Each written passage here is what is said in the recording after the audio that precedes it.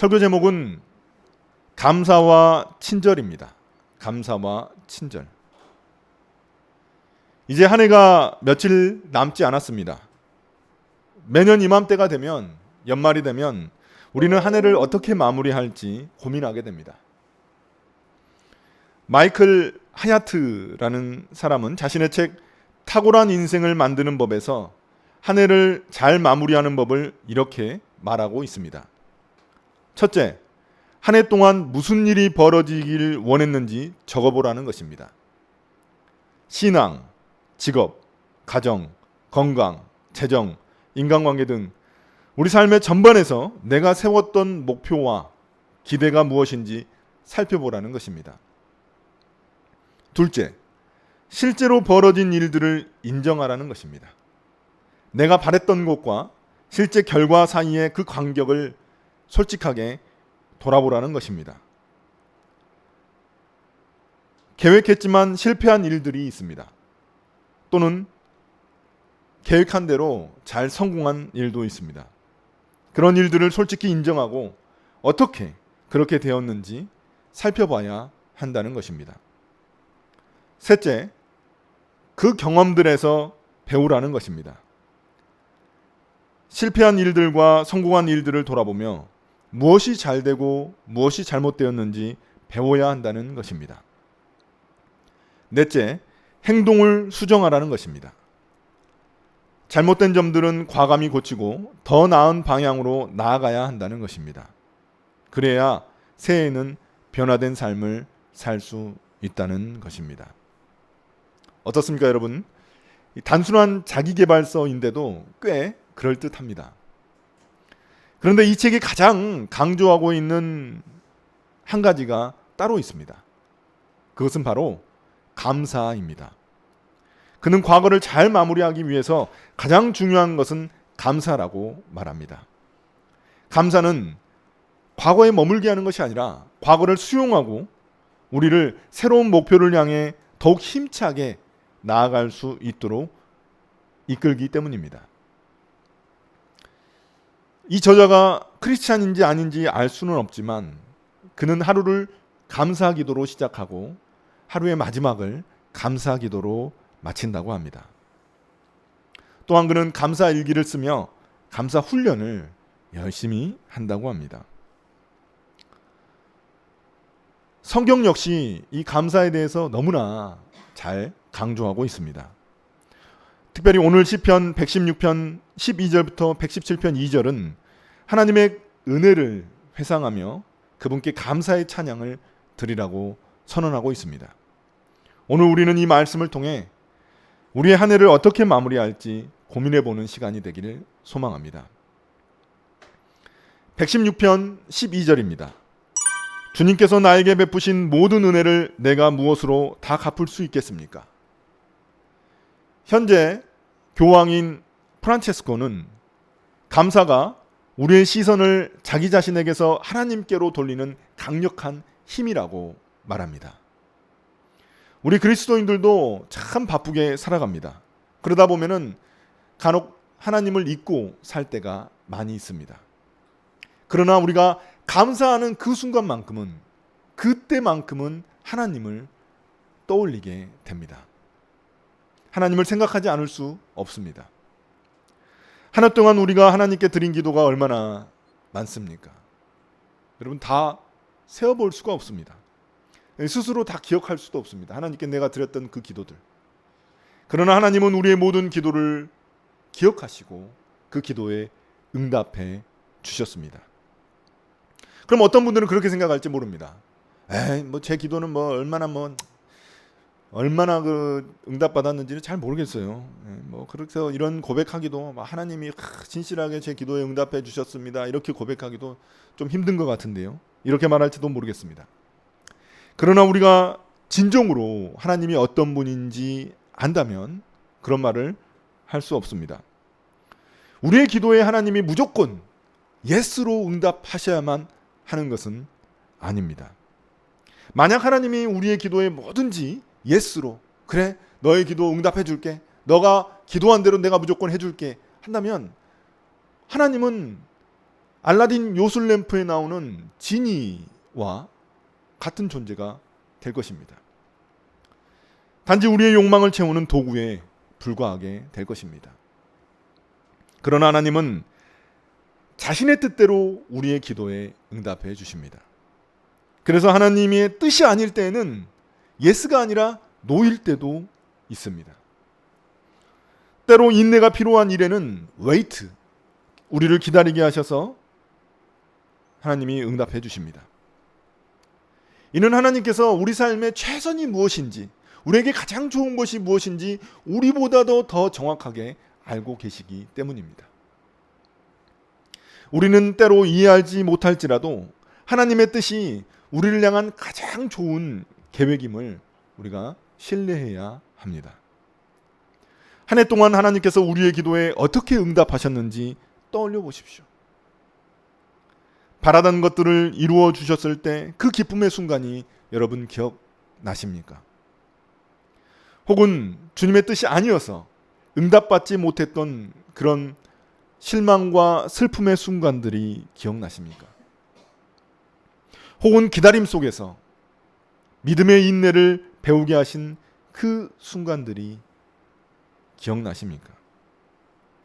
이런 모든 과정들을 통해 하나님은 우리에게 선하신 뜻을 이루어 가셨습니다. 이처럼 감사는 우리의 믿음을 고백하는 행위이며 하나님의 선하심을 인정하는 표현입니다. 올 한 해를 가장 잘 마무리할 수 있는 방법은 계속해서 주님께 감사드리는 것입니다. 그러다 보면 12절과 같은 고백이 나오지 않겠습니까? 우리 한번 따라서 고백해 보도록 하겠습니다. 같이 하겠습니다. 시작. 주님께서 나에게 베푸신 모든 은혜를 내가 무엇으로 다 갚을 수 있겠습니까? 이게 진짜 이 시인은 감격하면서 나오는 고백입니다. 주님께서 나에게 베푸신 그 모든 은혜를 내가 무엇으로 다 갚을 수 있겠습니까? 또 하나 우리가 감사할 제목이 있습니다. 15절입니다. 성도들의 죽음조차도 주님께서는 소중히 여기신다. 16절 후반절입니다. 주님께서 나의 결박을 풀어주셨습니다. 주님이 성도들의 죽음을 가볍게 여기지 않으셔서 이 시인이 죽을 고비에 있었는데 그를 살려주셨다는 것입니다. 건져주셨다는 것입니다. 그를 긍휼히 여겨주셔서 죽음의 결박으로부터, 그 고통의 결박으로부터 그를 풀어주셨다는 것입니다. 그래서 그는 이렇게 고백할 수밖에 없습니다. 13절입니다. 내가 구원의 잔을 들고 주님의 이름을 부르겠습니다. 시인은 구원의 잔을 언급하면서 하나님의 구원을 찬양하고 있습니다. 왜냐하면 죽음의 위기 속에서 그 삶의 큰 고통을 경험할 때 하나님께 부르짖었고, 그리고 하나님이 그에게 응답하셔서 그를 구원해 주셨기 때문입니다. 그렇게 그는 감사하며 그 주님의 이름을 부를 수밖에 없는 것입니다. 찬양하지 않을 수 없는 것입니다. 그럼 우리는 어떻습니까? 한 해 동안 하나님은 우리를 지켜주시고 돌보아 주셨습니다. 이렇게 말을 하면 또 어떤 분들은 이렇게 반응할지 모르겠습니다. 저는 올 한 해 몸이 그렇게 크게 아픈 적이 별로 없었는데요. 위험한 상황에 처한 적도 거의 없는데요. 그러나 여러분, 우리의 주변을 한번 돌아보십시오. 고통당하는 사람들이 얼마나 많이 있습니까? 그들이 아플 것을 알고, 내가 아플 것을 알고, 미리 알고 그렇게 병에 걸린 게 아닙니다. 자신도 모르게 갑자기 병들면서 고통을 겪고 있는 것입니다. 또한 예기치 못한 사고와 불행 속에서 고통을 겪고 있는 사람들도 많이 있습니다. 제 주변에는 어린 나이임에도 불구하고 암에 걸린 그런 친구가 있습니다. 갑작스러운 사고로 사랑하는 사람을 떠나보낸 그런 사람도 있습니다. 그럼 왜 나는 이런 고통을 겪지 않는 것일까요? 뭐가 잘났다고 왜 나는 아니어야 되고 그 사람들은 기어야 됩니까? 우리가 알지 못하는 순간에도 하나님이 우리를 보호해 주셨기 때문입니다. 우리의 인식 너머에 하나님은 수많은 위험으로부터 우리를 지켜주고 계신 것입니다. 여러분, 천사를 믿으시는지 모르겠지만 이 천사가 우리를 보호하고 있습니다. 성경은 사탄 마귀의 존재도 이야기를 하지만 천사의 존재도 이야기를 합니다. 그러므로 지금 이 순간 우리가 예배드릴 수 있다는 것 그 자체만으로도 우리는 감사할 제목이 충분한 것입니다. 예배드릴 수 없는 사람들도 얼마나 많이 있습니까? 그런 건강과 환경과 여유를 주신 그 하나님께 감사할 수밖에 없습니다. 그럼에도 우리는 자주 착각하면서 살아갑니다. 내 힘으로, 내 지혜로 세상을 살아가고 있다고 그렇게 착각합니다. 그러나 그렇지 않습니다. 하나님의 은혜가 없이는 단 한순간도 살아갈 수 없는 연약한 존재가 바로 우리들입니다. 그러나 우리가 그 무엇보다도 하나님께 감사할 제목이 있습니다. 바로 하나님의 은혜로 우리가 구원받았다는 그 사실입니다. 우리가 하나님의 자녀가 되었다는 그 사실입니다. 구원의 은혜야말로 우리가 가장 감사해야 할 제목입니다. 우리가 구원받지 못했다면 우리는 여전히 죄와 사망의 결박 속에서 참 자유를 누리지 못하고 있었을 것입니다. 세상 속에서 진리와 참된 삶의 의미를 찾지 못한 채 허무함과 방황 속에서 헤매고 살아갔을 것입니다. 세상에 이리 치이고 저리 치이면서 신기루 같은 그런 행복을 쫓아 살아가고 있었을 것입니다. 그러나 우리는 지금 다르지 않습니까? 하나님의 은혜로 새로운 삶을 살아가고 있습니다. 구원받아 이제 더 이상 죄의 종노릇 하지 않고 하나님 안에서 참 자유와 은혜를 누리게 되었습니다. 하나님의 통치 가운데 참된 진리를 쫓아 살아가게 되었습니다. 이 은혜를 기억하며 하나님께 감사 드리는 것이야말로 우리가 한 해를 마무리하는 가장 아름다운, 가장 우리다운 태도일 것입니다. 그러나 감사는 감사 그 자체로만 머물러서는 안 됩니다. 은혜 받은 자의 삶으로 나아가야만 합니다. 14절입니다. 주님께 서원한 것은 모든 백성이 보는 앞에서 다 이루겠습니다. 시인은 하나님이 자신에게 베푸신 그 은혜가 너무나 감사해서 하나님께 약속했던 모든 것을 자신이 지키겠다고 고백하고 있습니다. 기도 가운데 하나님께 약속했던 것을 반드시 이루겠다고 다짐합니다. 이것을 성경에서는 서원이라고 부릅니다. 서원. 그러나 그의 서원은 단순히 하나님과의 그런 거래를 의미하는 것이 아닙니다. 하나님, 이것을 이루어 주시면 제가 이렇게 하겠습니다. 이런 거래가 아니라는 것입니다. 보통 여러분 서원을 그렇게 생각하는 경우가 있습니다. 하나님께서 이거 이루어 주시면 제가 이거 할게요. 이건 거래죠. 그러나 생각해 보십시오. 하나님이 베푸신 은혜를 우리가 무엇으로 다 갚을 수 있겠습니까? 하나님이 우리에게 베푸신 그 구원의 은혜만도 우리가 어떻게 그 구원의 은혜를, 그 선물을 어떻게 다 그 대가를 다 치를 수 있겠습니까? 또한 하나님은 우리가 드릴 수 있는 그 어떤 것으로도 부족함이 없으신 분입니다. 내가 무엇을 드린다고 해서 하나님이 만족하지, 그렇지 않죠. 하나님은 다 갖고 계신 분인데 부족함이 없으신 분입니다. 그러므로 그의 서원은 하나님의 그 은혜를 다시 갚으려고 하는 그런 시도가 아닙니다. 이 시인은 하나님이 나에게 주신 그 은혜가 너무나 감사해서 하나님께 드릴 수 있는 합당한 반응이 바로 그것이기 때문에 서원을 갚겠다고 고백하고 있는 것입니다. 서원은 하나님께 받은 은혜를 기억하며 드리는 감사의 표현입니다. 시인은 이 서원을 은밀하게 지키겠다고 말하지 않고 모든 사람들이 보는 앞에서 이루겠다고 선언하고 있습니다. 그의 감사와 헌신을 모든 사람 앞에서 찬양하고 간증하면서 하나님께 영광을 돌리겠다는 그런 의미입니다. 내가 혼자 그렇게 감사하는 것이 아니라 모든 사람들 앞에서 하나님이 나에게 베푸신 은혜를 감사하고 찬양하겠다는 그런 그의 고백입니다. 우리도 마찬가지입니다. 하나님께서 우리에게 주신 은혜를 깊이 깨달을 때 우리의 합당한 반응은 무엇입니까? 더 많은 예배, 더 많은 헌금, 더 많은 찬양일까요? 물론 그것도 의미가 있죠. 우리가 하나님께 표현할 수 있는 그런 표현이지만 그것이 본질적인 것은 아닙니다. 하나님이 진정으로 기뻐하시는 우리의 반응은 우리의 삶 전체에서 하나님을 인정하며 살아가는 삶입니다. 세상의 가치관이 아닌 하나님의 말씀에 순종하며 살아가는 삶입니다.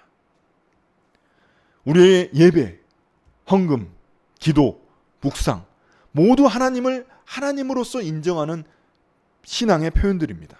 그러나 더욱 하나님께서 기뻐하시고 원하시는 우리의 반응은 우리의 일상 속에서 하나님을 인정하고 하나님을 드러내면서 살아가는 삶입니다. 16절입니다. 주님, 진실로 나는 주님의 종입니다. 나는 주님의 종, 주님의 여종의 아들입니다. 이 구절에서 시인은 자신의 정체성을 분명히 고백하고 있습니다. 내가 누구인지 분명히 고백합니다. 하나님의 은혜에 빚진 자로서 주님의 뜻에 순종하며 살아가는 주님의 종이라고 고백하고 있습니다. 아이러니하게도 그가 죽음의 결박에서 풀려났기 때문에 자발적으로 주님의 종이 된 것입니다. 그럼 은혜를 받은 우리가 겸손한 종의 모습으로 살아간다는 것은 무슨 의미일까요? 저는 그중 하나가 바로 친절이라고 생각합니다. 오늘 설교의 제목이 감사와 친절 아닙니까? 친절이라고 생각합니다. 여러분 좀 생뚱맞다고 생각할지 모르겠습니다. 그러나 친절은 단순한 어떤 예의나 도덕이 아닙니다. 친절은 성령의 9가지 열매 중에 하나이죠. 사랑과 온유, 긍휼과 같은 다양한 가치를 담고 있는 단어가 바로 친절입니다. 친절은 우리의 말과 행동 뿐만 아니라 표정과 몸짓 그 모든 것에서 드러나는 삶의 태도입니다. 그래서 어떤 신학자는 친절을 최고의 신앙 덕목으로 꼽기도 합니다. 또 다른 어떤 신학자는 친절이 우리의 열정이나 우리의 신앙 열정이나 우리의 세련된 말이나 우리의 많은 지식보다 더 많은 사람들을 주께 돌아오게 한다고 강조했습니다. 친절은 우리가 하나님께 받은 은혜를 세상에 드러내는 중요한 방식 중 하나입니다. 하나님이 우리의 결박을 풀어주셨다면 우리는 이 자유와 은혜를 세상에 증거해야만 합니다. 그 증거의 한 형태가 바로 친절이라는 것입니다. 제가 올 한 해에 들었던 그 5가지를 뽑는다면 5가지 중에 하나가 아주 명언 중에 하나가 바로 그 말입니다. 친절이 최고의 신앙이다. 예. 올 한 해를 돌아보며 우리의 신앙을 내가 어떤 신앙을 가지고 있는지 그걸 점검할 때 중요한 기준이 될 수 있는 게 바로 이 친절이라는 덕목입니다. 나는 얼마나 친절한 사람이었나? 나의 말과 행동이 얼마나 그 친절을 통해 하나님의 은혜를 드러냈나? 점검해 볼 수 있습니다. 돌아보고 친절하지 못한 부분이 있었다면 바꿔나가야 합니다. 먼저 주님의 종인 목사인 저부터 회개합니다. 많은 분들에게 친절하지 못했던 부분이 있었음을 고백합니다. 나에게 이익이 되는 사람들한테는 친절하지만 그렇지 못한 사람들에게 친절하지 못했던 부분들도 있었습니다. 또한 카톡으로, 말로, 표정과 몸짓으로도 많이 친절하지 못했던 사람입니다. 그래서 새해에는 제가 좀 더 친절한 사람이 되기를 간절히 원합니다. 그리고 여러분도 친절한 사람이 되시기를 소망합니다. 그러면 어떤 사람들은 이렇게 말할지도 모르겠습니다. 친절하면 사람들이 다 호구로 할 거 아니냐? 내가 친절한 사람을 내가 선택해야지. 모두 다 이렇게 친절하면 어떻게 되냐? 나 사람들이 나를 호구로 알지. 이렇게 생각할지도 모르겠습니다. 그러나 그 누구보다도 친절했던 사람이 있습니다. 예수님 말고 누구보다도 친절했던 사람이 있습니다. 바로 마더 테레사입니다. 마더 테레사는 이렇게 이야기했습니다. 당신이 친절하면 사람들이 숨은 의도가 있다고 비난할 수도 있습니다. 그래도 친절하세요. 이게 마더 테레사의 명언입니다. 친절은 하나님께 받은 은혜를 세상에 드러낼 수 있는 그리스도인의 삶의 태도입니다. 하나님께서 주신 은혜를 기억하며 친절로 그분의 사랑을 드러내는 삶을 우리가 함께 살아가기를 소망합니다. 사랑하는 성도 여러분, 올 한 해를 어떻게 마무리해야 잘 마무리하는 것일까요? 가장 중요한 것은 감사의 마음을 잊지 않고 계속 되새기는 것입니다. 하나님이 내게 베푸신 그 인자하심과 진실하심을 잊지 않고 찬양하는 것입니다. 117장 1절 2절은 이렇게 말합니다.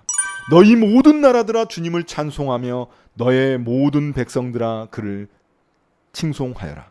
우리에게 향하신 주님의 인자하심이 크고 주님의 진실하심은 영원하다. 할렐루야. 시인은 모든 사람들에게 온 세상에 주님을 자랑하고 싶어 합니다. 하나님이 나에게 베푸신 그 은혜가 너무나 커서 내가 온 세상의 모든 사람에게 자랑하고 싶어 하는 그 마음이 가득합니다. 그가 경험한 그 하나님의 놀라운 은혜를 찬양하고 싶은 것이죠. 아직 그 은혜를 알지 못하는 사람에게 전하고 싶은 것입니다. 이 마음이 바로 전도의 열정이고 선교의 시작입니다. 그 마음을 가지고 선교하고 전도하는 것이죠. 그러나 이러한 감사와 찬양은 결코 우리의 입술의 고백으로만 머물러 있어서는 안 됩니다. 우리는 삶으로 나아가야 합니다. 물론 우리의 입술로 하나님의 은혜를 증거해야 합니다. 그러나 더 중요한 것은 우리의 삶으로 하나님의 사랑을 증거하는 것입니다. 이것이 받쳐져 있지 않다면 우리의 입술로만 하나님의 사랑을 증거하면 그건 위선이죠. 그 삶의 증거이자 증언 중 하나가 바로 친절입니다. 친절은 우리가 받은 하나님의 은혜를 세상에 드러내는 강력한 방식 중 하나입니다. 물론 다른 것도 많이 있죠. 온유, 사랑, 긍휼 다 많지만 친절을 오늘 말씀에서 강조하고 싶은 것입니다. 하나님의 은혜에 감사한 사람은 그것을 삶으로 표현할 수밖에 없습니다. 그리고 그 친절은 내가 그냥 단지 좋은 사람이 되려는 그런 도덕적인 요구가 아닙니다. 친절은 우리의 신앙이 일상 속에서 드러나는 그런 모습이고 하나님의 영광을 세상에 증거할 수 있는 강력한 도구 중 하나입니다. 그래서 친절한 금자씨가 아닌 친절한 함께 걷는 교회 식구들이 다 되시기를, 새해에는 더욱더 친절한 우리 함께 걷는 교회 식구들이 다 되시기를 예수님의 이름으로 축복합니다. 아멘.